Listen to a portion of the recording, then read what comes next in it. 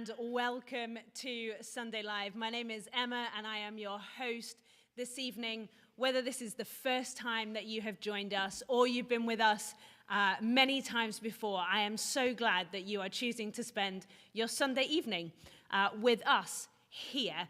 This is a space a platform for us to explore different aspects of life and how we live our faith and follow Jesus through those life experiences and through those different things that happen as we journey on through life. Be under no illusion that we are perfect, sorted, or know all of the answers. We are just learning as much as you are, but hopefully we are going to share a little bit of our experience, our thoughts, our opinions, and I hope and I pray that they will bless you, that they would help you, inspire you, and encourage you. Now, if you have any thoughts or questions that you want to ask us this evening, then you can text us on that number 07624 566 261, and we will pick those up. If you're watching somewhere where you can type into the YouTube chat, then we will also pick those up as well. So please feel free to join our conversation and pose any questions that you want to. On that note, let me introduce my guest for this evening. Chris, welcome to Sunday Live. Tell us a little bit about yourself. Yeah, so my name's Chris. I am Emma's husband. Obviously, Emma's better half. I am dad to two young boys, Rufus and Finlow. Which also means I'm mum to two little boys. Yeah, 6 and 2, so we have our hands full. I'm also one of the worship leaders here at Broadway Baptist Church, so I do the music on a Sunday morning, play guitar. I support Man United, but don't hold that against me. We're having a bit of a rough patch at the minute. But not a Man United fan. No. That's a competition, isn't it? Oh, it's not any better for me. No. So we're going to look at the theme of waiting. That's going to be what we are discussing this evening. So are you a patient person? Yes and no. I mean, you've probably got a different answer to that question for me.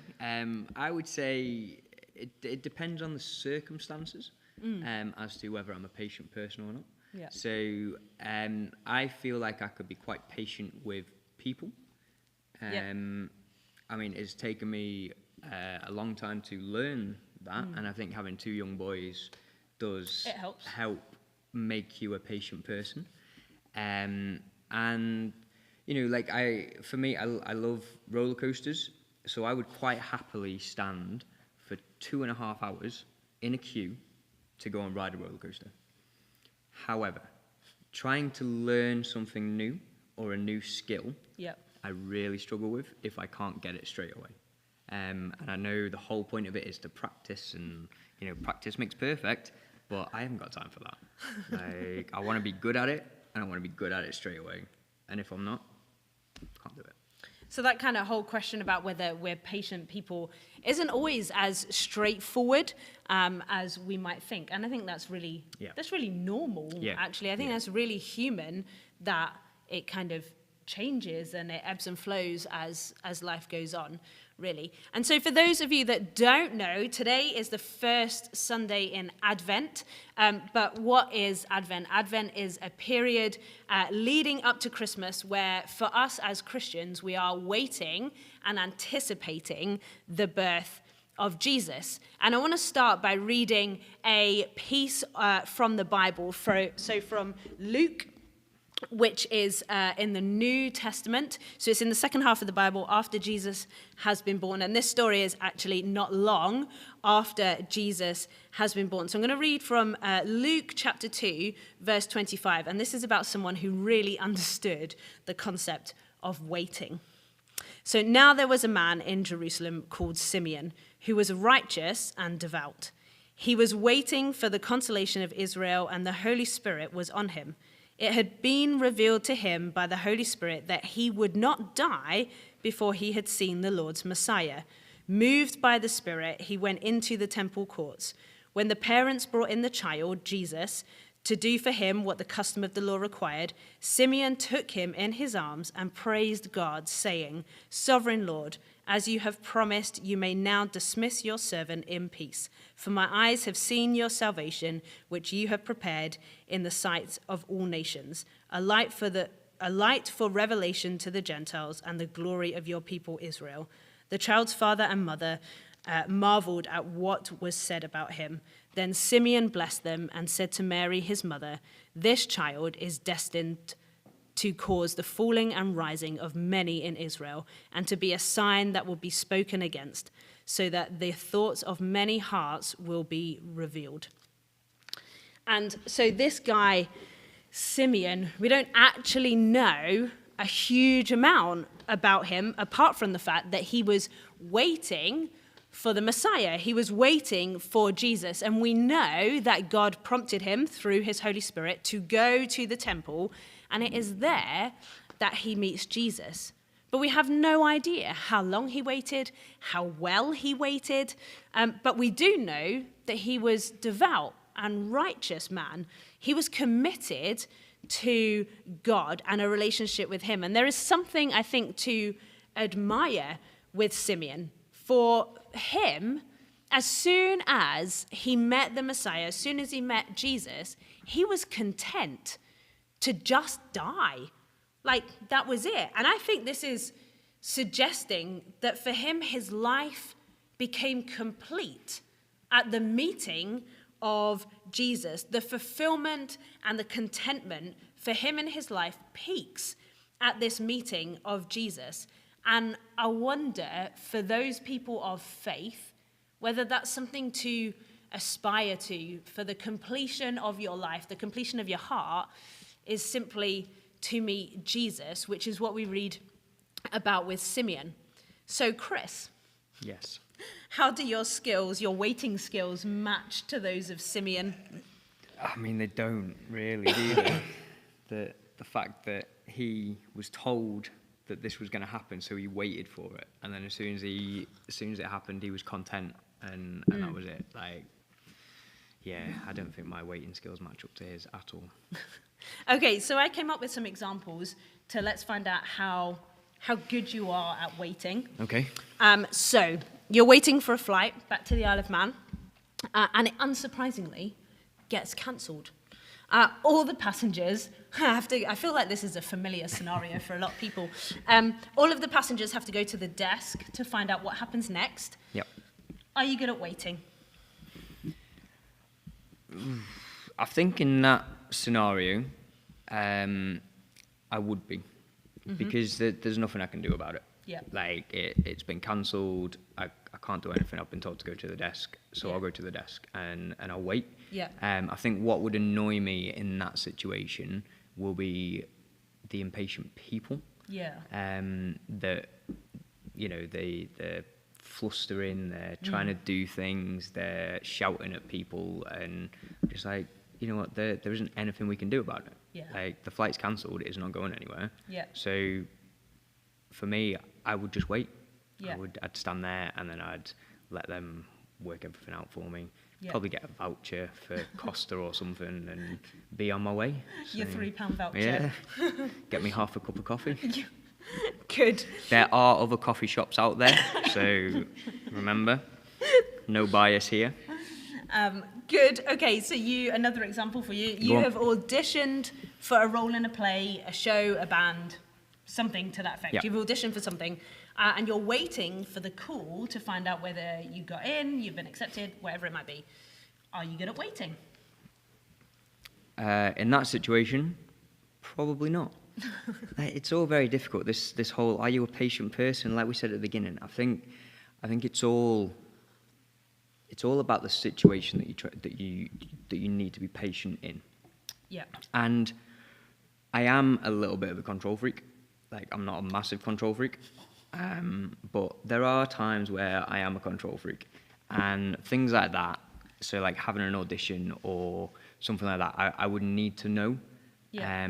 So I would be sat by the phone or by my emails every day, waiting to hear back about it. And wanting it to happen, and then you'd start stressing if you hadn't heard back for a few days and all of that. And so, no, at that point, I'm like, I need to know before I walk out of the room, Okay. which doesn't happen very often. No. But that's when I need to know, rather than having to sit and wait for it. Okay, so this is all really situational because they are very different responses, aren't they? Yeah.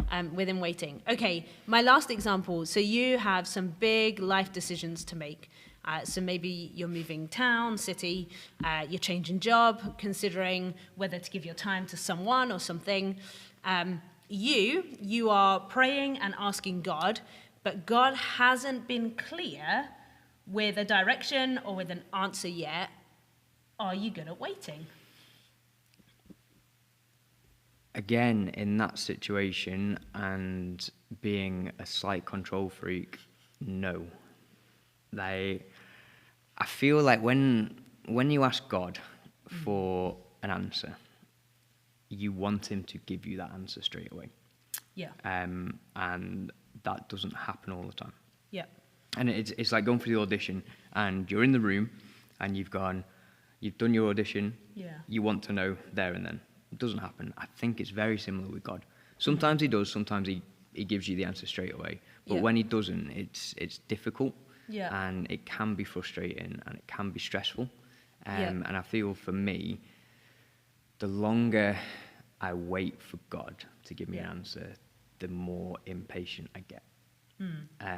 But at the same time, sometimes that is God's answer. Like, it's not a yes or no. Sometimes God is just like, look, it's up to you. Yeah. Like, you make that decision. Yeah. I like, and it's not that he doesn't have feelings about it, or he doesn't, want to go either way, but it's just whatever you do, it's fine by me. So it's your decision. Yeah. So sometimes God not giving you an answer is him giving you an answer. Yeah. Okay, so how do you remain faithful then? How do you remain faithful with God when it feels like he isn't saying anything? So even in that scenario where you're thinking, okay, God isn't saying anything, sometimes that's an answer, but is it hard to remain faithful kind of through that? Yes. Well, again, it's all very situational. Yeah. Because there are times where not having an answer can be difficult. Yeah. And not hearing from God can be difficult, and it can test your faith. Yeah. But there are also other times where maybe it's not that much of a big decision in the grand scheme of things. Maybe it's not that it's not that God needs to give you an answer. That wouldn't test your faith, I don't think. So, recently, so a couple of years ago, I had a situation with my job. Yeah. Where I had a good job, and I was looking at moving on, but I didn't really know what I was going to do. Yeah. And I kind of prayed to God. I handed it over to him, and I was waiting for him to answer me. I was waiting for him to give me an answer. I was waiting for him to tell me what I should do, where I should go, what I should be doing, and it just didn't come. Yeah. And in the end, I made the right decision, and it was a good decision, and I do feel like God has blessed me for that. Yeah. But God didn't give me the answer there and then when I really wanted it. Yeah. But it didn't make me any less faithful to God. And I think that for me, that's rooted in what I know about God. Yeah. As well, and what we're taught as Christians is that God knows the plans that He has for us. God knows where we're going. God knows what we're going to do. Whether we can see it, it doesn't matter. God still knows. Yeah. So knowing that does make it easier when God isn't answering you. Yeah. If that makes sense. Just say that again. So knowing that God Yeah. knows the plans that He has for us, whether Yeah. we know them or not, Yeah. does make it easier when He isn't answering Yeah. what you're asking. Yeah. However, I do feel that if you don't have that relationship with God, Yeah. that can be quite difficult Yeah. to understand. Yeah. Yeah. And it's only because I know that and I trust God Yeah. and I have that background Yeah. that actually I don't want to say I can live like that, but I can live like that. I can Yeah. live with faith in God even when he's not answering me. Yeah. So, And I think sometimes having answers, if you like, from God, they don't always look like writing in the sky No. sort of thing. No. Like when you were going through that job situation and we were praying, because you had a couple of different options Yeah. as to what you could do. And we are saying, God, you need to make it clear. And it felt like he wasn't answering. But there was definitely one opportunity that did not work out. And we were actually really sure that was the route God wanted you to go down. And he shut the door. Yeah. And it took us a while to go, oh, maybe that's God saying no. he shut the door quite firmly as well. He did. Like, it wasn't He even did. like, I'm just going to, Yeah. gently close it. It Yeah. was like a slam. Yeah. And actually, after that, we kind of realised that it probably was the right decision that I didn't go down that route in the end. Yeah, absolutely. So, Yeah, and I think there's definitely this thing, isn't it, about having peace about a situation or Yeah. having peace about a decision. And I think we can say that I think you can say having peace about a decision or something that you are doing is God speaking through your peace. yeah. Like, so if you are just at peace about something, that is God speaking. He's just not writing it in the sky for you. Absolutely. Like, God doesn't always talk to you, like you said, in a big booming voice, or Yeah. there's not always the big kind of gestures. Yeah. Sometimes it is just being at peace with what you're asking him. Sometimes it is just you going, right, okay, I need to know what's going on here. And all of a sudden you go, oh, actually I feel okay with that. Yeah, Like that's okay. And sometimes that is God just going, yeah, there you go. yeah. So a question that's come in through text. Waiting for your boys to be born, easy or hard? I need to be careful what I say here, because obviously I wasn't the one who gave birth to them. No, you were not. Yeah, I mean, they're two completely different kind of birthing situations there, shall we say. Rufus was difficult. Yeah. Because he took a long time. Like, I'm convinced it was like 36 hours, but it wasn't. How long was it? It was 32. There you go, 32 hours from when contractions started Yeah. to when Rufus actually came out. And that was a long, long time. And that was just for me, who was just kind of waiting for it. So, and then Finlo was a little bit easier for me. Completely different situation. Not good. I'm going to get into it because it's quite a cool story. And Emma will forgive me, don't worry about it. We'll have words at home. Basically, with Finlo, there was one We'll point... see if your story is the same as my story, shall we? There was one point where I was on the phone to Jane Cookle. Is it Jane Cookle? Yeah, the maternity ward. Yeah. And the midwife turned around to me and said, by the way, you may have to deliver this baby. And I'm like, hang on, right. We're at home. Like, I've not done this before. She's like, we'll talk you through it. And I'm like, yeah, but you're on the phone. I'm like, we're literally around the corner. Can you not just walk round? And they were like, no, we can't. So there was a point where actually we thought that I may have to deliver Finlo. Thankfully, the ambulance got there, and I didn't have to do that. But completely different scenarios. Like Rufus was quite a hard one because of how long it took. Finlo was a lot easier, from my point of view anyway. Yeah. What about you? A totally different scenario, though, isn't it? Because I'm the one in the middle of it. It is. It's just very different. And it's a different kind because I guess the anticipation is, for us, at the end, a child. Yeah. Yeah, I think there's two very different experiences going on when it comes to the birth of a child. I mean, 9 months being pregnant, that's hard. Yeah, That's- I'm that's glad hard. it wasn't me, to be honest. That's hard. But yeah, very different experiences. I don't know, waiting, especially when you're kind of like when labor has started, it doesn't feel like waiting because actually my body and my mind are working really hard because I'm the one going through it. So I feel like kind of very different perspectives in that I sense. think as well from the man's perspective is there's nothing we can do, and at times that's the worst thing, because we can see, you know, our wives and our loved ones going through all of this pain, all of this, you know, everything that's going on, Yeah. and there is literally nothing that I could have done for you, apart from held your hand. Yeah. And that was it.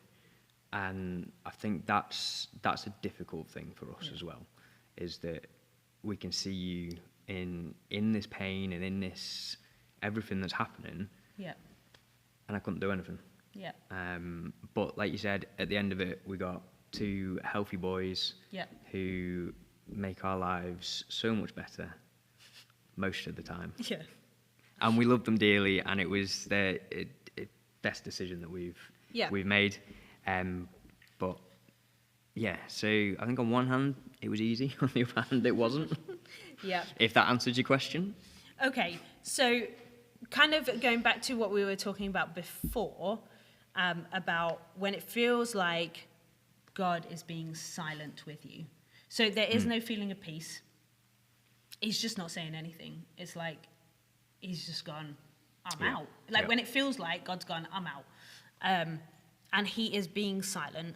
How does, I don't know, how do you live your relationship with God? How, not just remaining faithful, because that's kind of what we've just talked about, but how do you stay connected? How do you stay with him when it feels like God's gone, okay, I am just out. I'm done now. It's difficult. It can be difficult, and that's even, you know. So I've been a Christian for the majority of my life, and it's still difficult when that happens. But I think what I've found is that you find your own ways to connect with God. You find the ways that work for you. Yeah. And not every way is going to work. And you know, not everyone's way is going to work. So some people will connect with God differently to how I connect with God. Yeah. And for me, it's through music. It's through just listening to worship music. It's through just listening to, I don't know, every now and again a podcast or something, rather than rather than reading my Bible. Like I struggle to read the Bible. Yeah.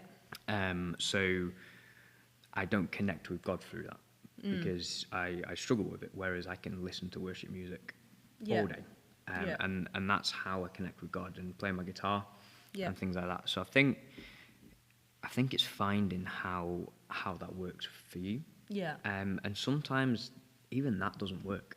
Yeah. But you've just got to keep kind of plugging away at it. Yeah. I think you need to find it in the good times when everything's kind of going okay and you feel like you're connecting with God. Yeah. And then when the times hit where you're like, right, God, where are you? Like, You've got experience what's to pull going on? Yeah. Like what's happening? Yeah. You just need to plug away at it. Yeah.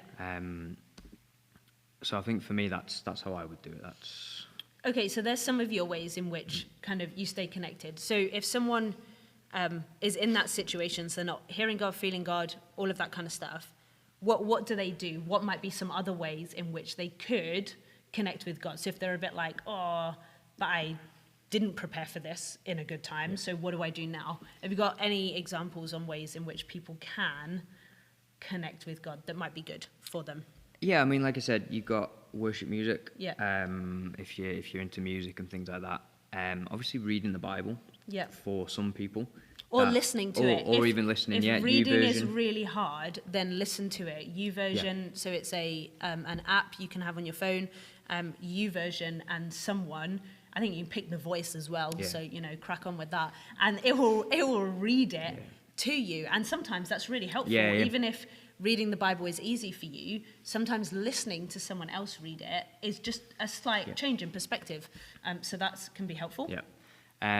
Like if you're a people person, just connecting with other people. Yeah. If that's what you enjoy, if that's where you get, fulfillment from, is being around other people, go and connect with them. Yeah. And I mean, when you're going through a tough time, that's easier said than done. Yeah. Because sometimes you don't want to be around people. Like, and I'm talking from experience here. Like, we've had a pretty rough couple of months, just with things going on. And there has been times where I haven't wanted to go and talk to anyone. I haven't wanted to be around anyone. Yeah. And I quite enjoy being around people. Yeah. But there have been times where I've not wanted to. So I know that is tough when you're going through rough times. Yeah. But I would just say, try your hardest to if that is how you get enjoyment, and if that is how you get fulfilled, just try your hardest. Yeah. Find people that you are comfortable with. Find people that you love and you feel safe with, and just go and spend time with them. Yeah. And you don't even have to do anything. Yeah. Like, you can just go and sit, and if you don't talk, you don't talk. Yeah. But like, I went to a mate's house last night, and I don't think I said a word. And I mean, that was because They're talkers. they're talkers, so they just kind of talked. But I still felt like I was being fed from it, just because I was there. Yeah. And yeah, so if that's what you need to do, just go and find people that you're safe with and be with them. Yeah. Yeah, I feel like as well, if you are going through a time where you're feeling maybe disconnected from God, or you're just waiting, you're in this period of waiting that's really hard, and praying is getting really hard, I would say go find someone else to pray for you. I think, I don't know why, sometimes we think, well, if I stop praying about it, is that like a sign I've given up, or I'm just weak, or I'm struggling too much and I can't find the words? How do I do this? I think if you're struggling to talk to God about what's going on in your life, then get someone else to pray for you. Yeah. And I think we sometimes underestimate the power of just getting someone else to pray for you, to pray for your situation, to pray over you. And don't get me wrong, there's a real vulnerability in asking someone else to pray for you, because that means you have to fess up and go, I don't have any words for God anymore. And that's really hard, but there's a real power in pulling on someone else for it. I think as well with the prayer, I think when we are struggling, or I think as well, we forget that we don't need to be the ones praying to God about our own situation. And I think, especially for me, I know I do this, but when I need to pray for myself, I feel like I'm the only one that can do it. Because I'm like, it's my situation, and I need to sort this with God. Yeah. When actually that's not the case. There are people who would love to pray, and all you've got to do is ask. And like we both said, it's easier said than done, because you don't always want to fess up that you're not feeling great, or you know. But I also think you don't need to. Not all the time. Like, you could find someone that you're comfortable with and just go, hey guys, look, I need prayer. And you don't have to tell them what's going on. You don't have to tell them the situation. You can just say, I need someone to pray for me. God knows the situation. Whether you feel like he's there or not, God knows the situation. And sometimes that's all it takes. Yeah. is for someone to be like, look, can you pray for me? They'll go, yes, we can, and you'll be in their prayers. Yeah. And sometimes as well, just putting this out there, people are praying for you anyway.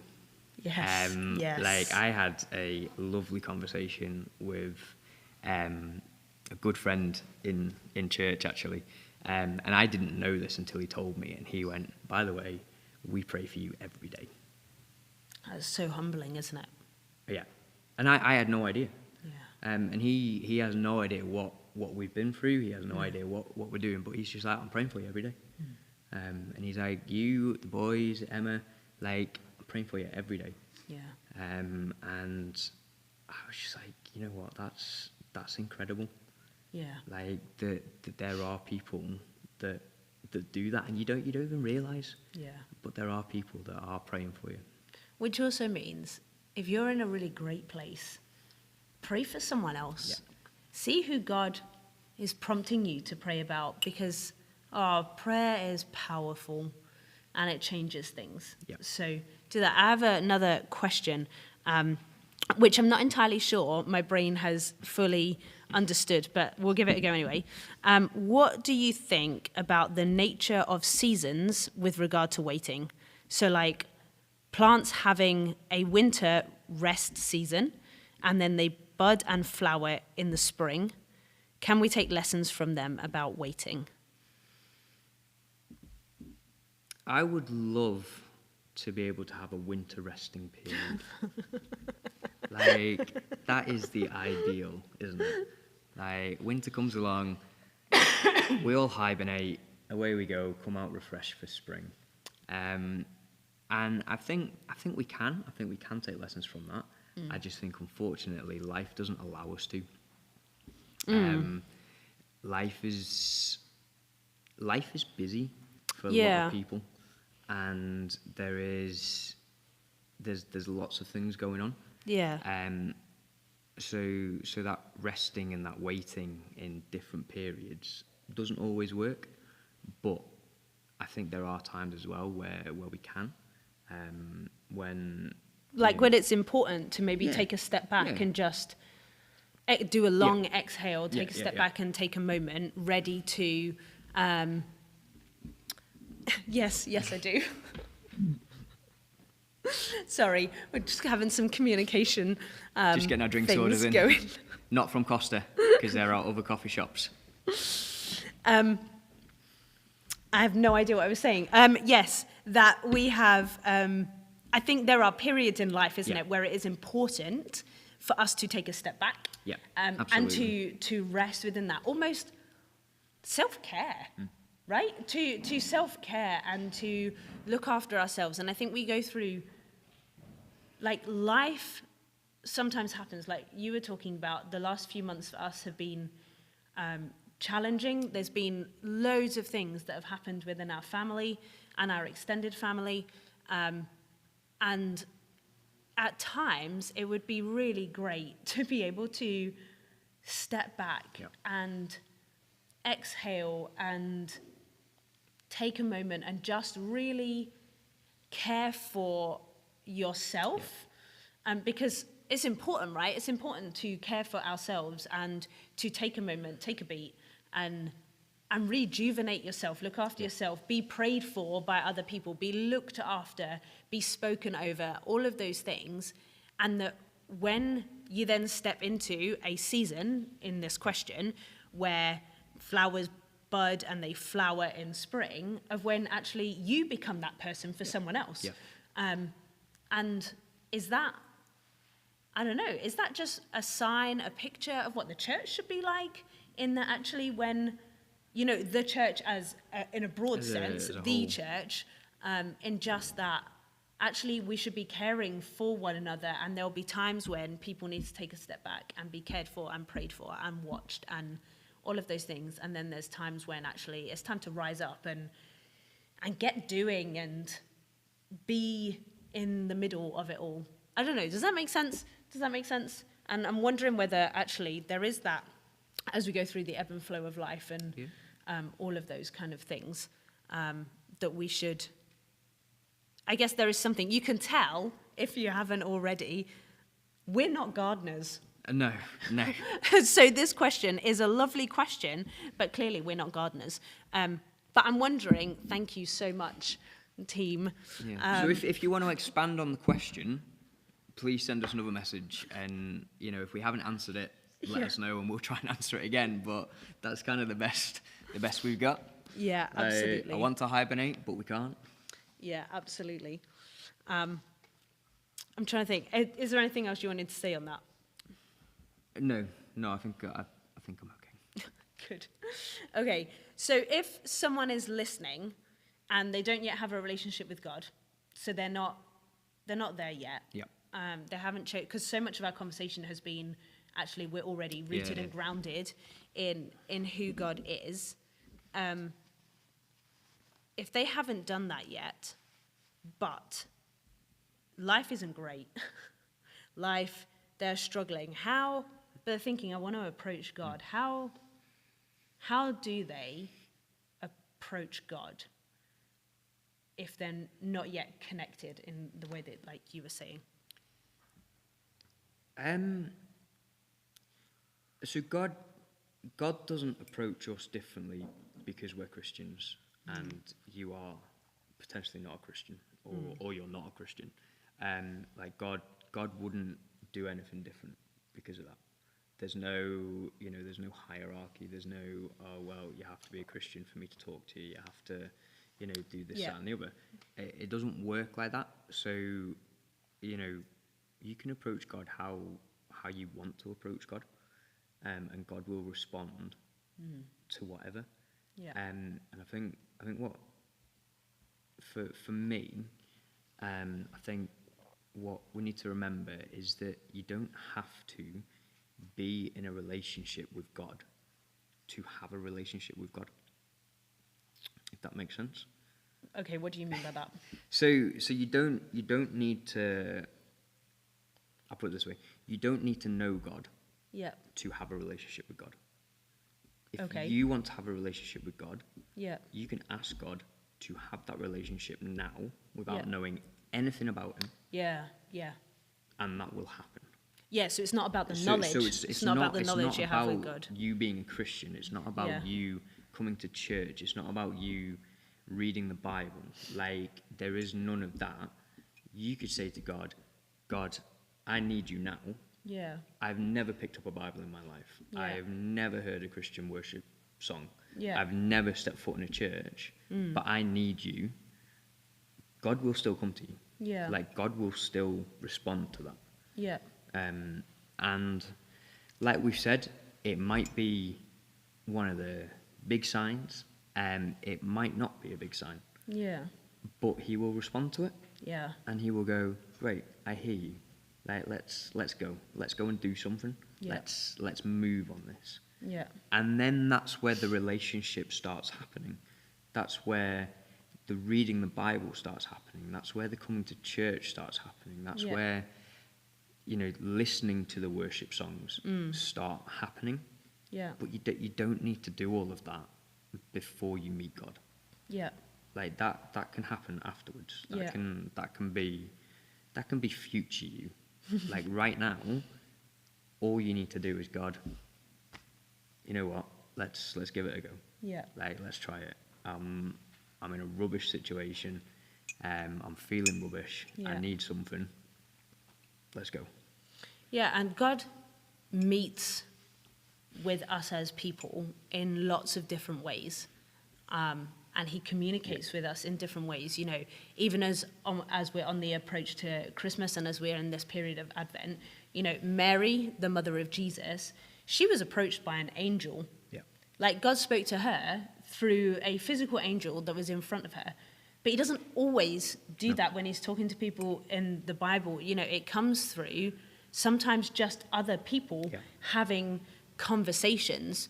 There are plenty of examples. This is a really strange one because it's with Jesus, but there's a story of the woman at the well. I'm not sure why I've got that story, but the woman at the well, not a particularly well-liked woman, on the outcasts, kind of the edges of society, and Jesus just went and spoke to her. Yep. Like he just went and spoke to her, and there are times when the disciples of Jesus just met with people and God spoke through them. And so sometimes an angel appears, although I've never met a person that has had an angel stand right in front of them and go, don't be afraid, this is going to happen. Or God doesn't write it in the sky, or in the Old Testament with Moses, there was a burning bush. Like, I don't know people that has happened to, but I do know people when God has spoken, it's come through a conversation with someone. It's come from what feels like a random thought, but it's slightly different from your own thought process. Or a feeling about something that is just not normal for you. And it's not always this big, grand fireworks in the sky kind of thing. And like I said earlier, sometimes God's speaking is you simply having peace. So even if you speak to God for the first time and you just have this real sense of peace, that's God. That's God. Yeah. Speaking to you. And so it can be really hard when you're in those situations, isn't it, of waiting, or you're not quite sure what's going on, this kind of place of confusion. But God can be right in there with you. Yeah, so sometimes you don't even realise as well. Sometimes it takes getting out of that situation to realise that God was always in that situation with you. Yeah. And it's like with hindsight, you can look back when you've been going through rough times, difficult times, and you look back and actually some of the conversations that you've had with people during that time you didn't pick up on. Yeah. But when you're out of it and you think back to those conversations and you go, there is no way that they would have known that at the time. And you go, okay, so God was always there. Yeah. Like God didn't actually leave me. Yeah. I just couldn't hear him. Yeah. Because of what was happening. Yeah. So, and I think going back to, the guy who had the conversation about praying for me every day, I think now, because at that point, it was a difficult, like when I had that conversation, like I was really struggling, and he didn't know it, and there's no way he would have known it. But I was really struggling at that point. There was a lot going on. I was tired. Didn't really want to do much. I didn't want to be at church. I didn't want to do this, that, and the other. And now looking back, like the fact that he said that to me, I'm like, that must have been God. Yeah. Like it must have been from God, and God just going, you know what, you're all right. Like I'm here. Yeah. I know you're having a tough time, but I'm still here, and there are still people praying for you. So, yeah, I think I don't really know what else to say. Okay, so I'm thinking about people that, so you've talked about not that you find it easy to read the Bible, but you do listen to a lot of worship music. So Yes. on a practical level, just finally, as we kind of bring our conversation to a close, if someone has never read the Bible, but they've heard us and they've gone, I'm going to give it a go, where should they start is the first question. Yep. And then the second part to that is you've talked a lot about worship music. So if someone is like, worship music, I don't even know what that is. I don't even know, what would I Google, or other search engine, but let's face it, Google. What would I Google in worship music? Give them a name. So give them a book of the Bible. Let's start with the book of the Bible. So if someone's never read the Bible and they're going, okay, I'm going to give it a go, where should they start? Start with the Gospels. Okay, which are in the New Testament. New Testament. They're about the life of Jesus, Yeah. second half of the Bible. Yeah. John. Because? I like John. Like, I don't think there's any particular reason. Okay. I like John out of the Gospels. Okay. I think out of the four of them. I know a lot of people like Matthew, is it? But Sure. I don't know. think John's the one that I would always start Okay. with. If it's been a period of not reading my Bible, Yeah. and I'm going back to it, Yeah. I would always kind of go to John. Okay. And start there and then work my way through other bits. Okay, so you can start with the Gospel of John. And if someone was thinking about worship music, I don't even know what worship music is, I've never heard worship music before, I'm going to Google it. What name or band or person are they typing into Google for this? I mean, there's so many. There are There are so many. But I'm just thinking, if someone's Um, listening going, you're talking about worship music, but I don't even know what that is. Who are they typing? Jeremy Riddle. Yes.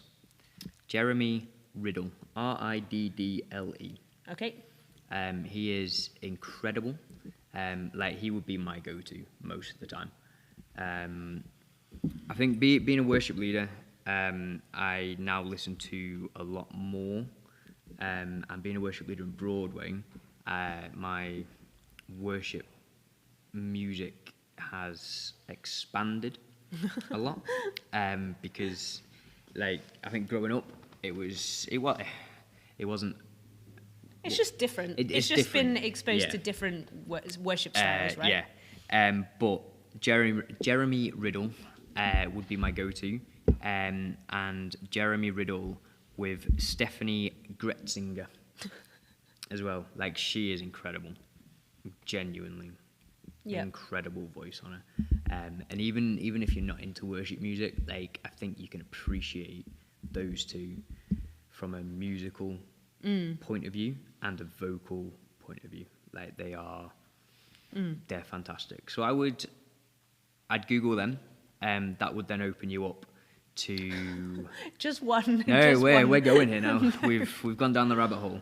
But they're at Bethel. Were they at Bethel? They were a long time They ago. were at Bethel, so that would probably open you up to Bethel, which isn't a bad place to start either. But there we go. We'll stick with Jeremy But Riddle. Jeremy Riddle, yeah. Google before him. he starts sharing everyone he's ever listened to. Oh, and no, I'm messing. And just a reply to our plant question. Great answer to the plants and seasons question.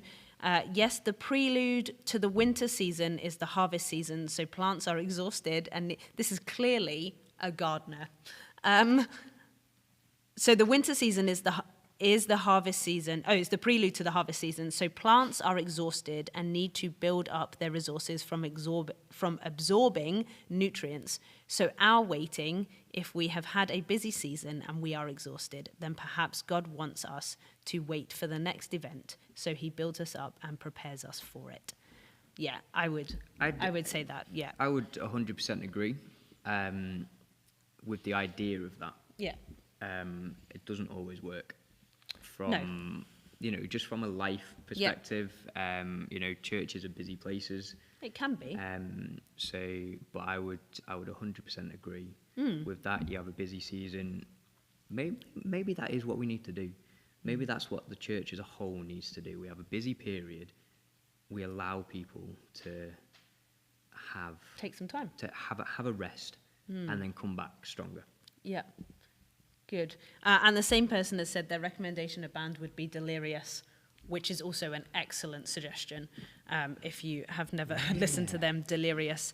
That's a little bit more old school. That is. But they a are. very, very good choice. And that's been a really kind of, I mean, we've kind of gone all over the show, really, in our conversation. But I'm hoping that you have gained something from listening to us chat, that you have heard something in what we have been saying about waiting, and whatever season of life you find yourself in, I hope that you meet with God in that. And there have been so many of our themes that we've actually spoken about this evening that really tie in well with what we were talking about last month on November 3rd. Our theme was change in that one. And there's been so many common threads through this evening that link with that. So do check that out if you weren't listening to that one. as well, because it might just tie some of this conversation together. But whatever season of life you find yourself in, however you are feeling about God, I want to pray that tonight you've heard something that is an encouragement or an inspiration or a challenge that says, actually, I'm gonna try and connect with God. Or maybe if that's not kind of the way I normally do it, isn't working for me, then maybe I'll try something else. And it is okay to mix it up. And if you have never connected with God before, if you have never chosen to have a relationship with him, then I hope there are some tools in your toolbox now that might help you explore who he is, explore what it might mean to be a follower of Jesus. When we go through periods of waiting, I would say most of the time it's never easy. It can feel draining. We can choose to isolate ourselves. But God is there with us in the thick of it, even if we're not feeling him, seeing him, or hearing him.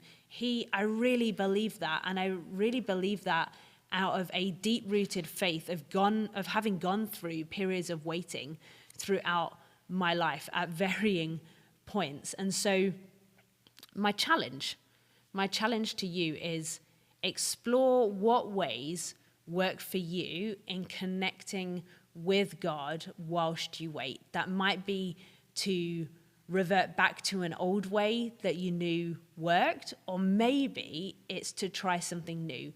But I challenge you, over the next month, give it a go. See how you connect with God.